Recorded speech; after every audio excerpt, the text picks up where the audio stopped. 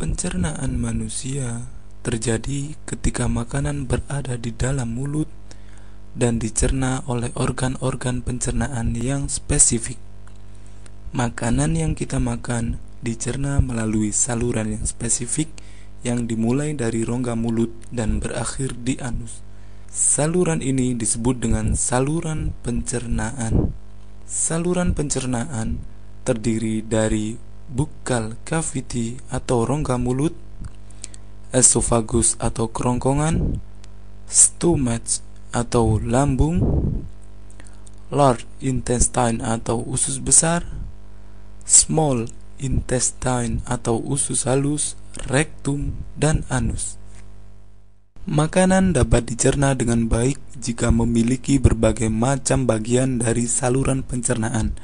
Mencerna makanan menggunakan sekresi dari kelenjar saliva, liver, dan pankreas yang berada di dalam organ pencernaan. Mulut dan rongga mulut. Proses memakan pada manusia terjadi di mulut. Proses ini disebut dengan mengunyah, yaitu mencerna makanan yang dibutuhkan di dalam mulut dengan sendirinya. Apa yang terjadi selama kegiatan tersebut? Makanan yang kita makan secara mekanik di mulut akan menjadi potongan-potongan makanan yang lebih kecil.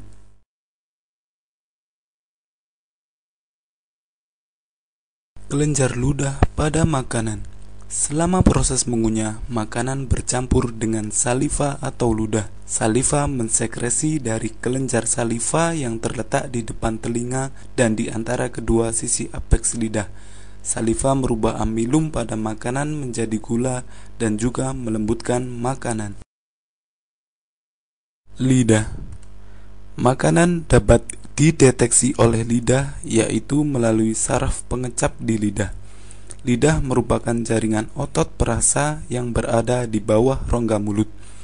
Lidah bebas untuk berpindah arah dan menjulur ke depan. Saraf pengecap pada lidah disebut dengan papila lidah, yang dapat merasakan rasa makanan yang berbeda. Esofagus atau jalan makanan. Makanan yang berasal dari mulut ditelan melewati esofagus. Di dalam esofagus terdapat epiglotis yang akan mengatur makanan agar tidak masuk ke tenggorokan. Di dalam esofagus terdapat gerakan peristaltik yang mendorong dan meremas-remas makanan menuju lambung. Lambung. Lambung merupakan kantung berotot yang berdinding tebal. Bagian atas lambung dekat hati, lanjutan dari muara lambung disebut kardia, bagian tengah berbentuk kantung disebut fundus, bagian bawah dekat usus disebut pilorus. Di dalam lambung, makanan tercerna secara kimiawi. Makanan dihancurkan oleh getah lambung menjadi mukus. Getah lambung terdiri atas air, asam lambung atau asam klorida, serta enzim pencernaan yaitu pepsin, renin, dan lipase. Proses pencernaan juga terjadi secara mekanik karena dinding lambung tersusun dari otot yang mengalami fase kontraksi dan relaksasi. Usus halus. Usus halus merupakan saluran paling panjang sekitar 7,5 meter. Proses pencernaan berlangsung secara kimiawi dengan bantuan senyawa kimia oleh usus halus serta dari kelenjar pankreas yang dilepas ke usus halus. Hati merupakan kelenjar terbesar pada tubuh manusia yang terletak di atas lambung sebelah kanan dan berwarna coklat. Hati mensekresi cairan yang berasal dari kantung empedu atau gallbladder.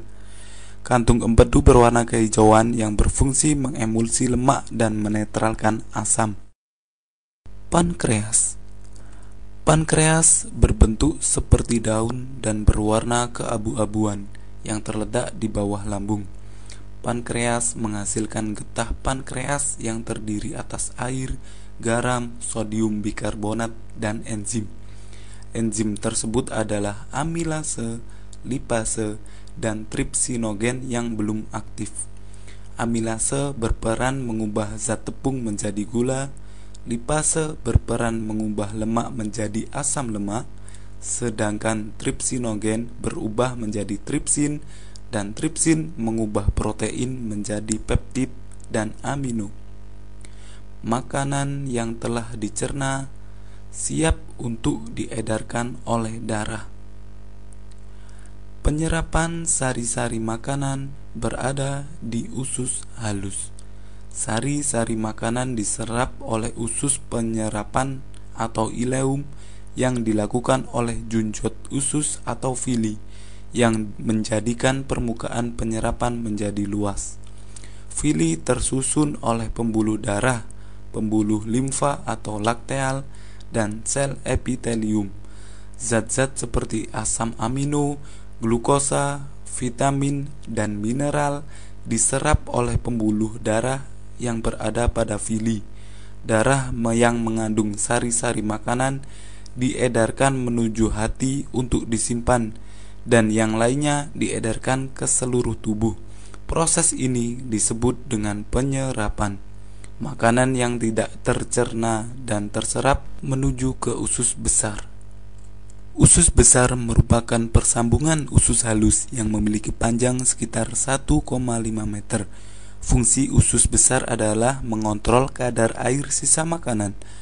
Air sisa makanan berlebihan akan diserap kembali atau reabsorpsi, sedangkan bila kurang akan ditambah.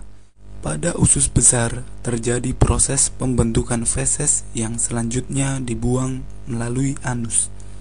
Sebelum dibuang, feses terkumpul dalam rektum yang merupakan bagian akhir dari usus besar.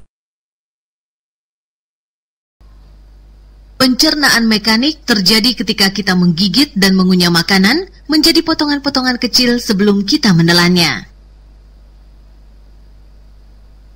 Di dalam lambung, pencernaan mekanik juga masih terjadi. Di dalam tubuh kita terjadi dua pencernaan. Yang pertama adalah pencernaan mekanis, yaitu pencernaan yang dibantu oleh organ tubuh untuk menghancurkan makanan.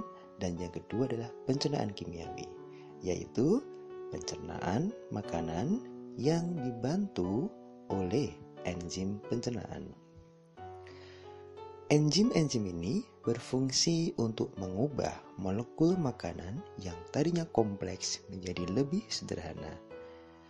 Dengan molekul makanan yang lebih sederhana, maka sari-sari makanan akan lebih mudah diserap oleh plasma darah dan diedarkan ke sel-sel tubuh. Lalu, apa saja ya kira-kira enzim yang terdapat dalam saluran pencernaan kita? Baik, sebelumnya kita lihat dulu gambar dari pencernaan manusia. Baik, bagian yang pertama adalah mulut. Seperti yang kita ketahui, mulut kita adalah alat atau organ tubuh untuk masuknya makanan. Di dalam mulut terjadi pencernaan kimiawi, yaitu pencernaan yang dibantu oleh enzim petialin. Fungsinya mengubah zat tepung makanan menjadi glukosa. Lalu setelah makanan masuk ke dalam perut kita, maka makanan yang pertama akan masuk ke dalam lambung. Nah, di dalam lambung ini sendiri terdapat beberapa enzim. Lebih tepatnya terdapat 3 enzim, yaitu asam klorida membunuh kuman penyakit, pepsin mengubah protein menjadi pepton, dan renin mengendapkan protein susu menjadi kasein. Lalu, yang selanjutnya adalah pankreas. Organ ini juga menghasilkan enzim yang disalurkan ke usus 12 jari. Adapun enzim yang dihasilkan adalah amilase mengubah zat tepung jadi glukosa, tripsin mengubah protein menjadi asam amino, dan lipase mengubah lemak menjadi gliserol. Kemudian enzim itu disalurkan ke usus 12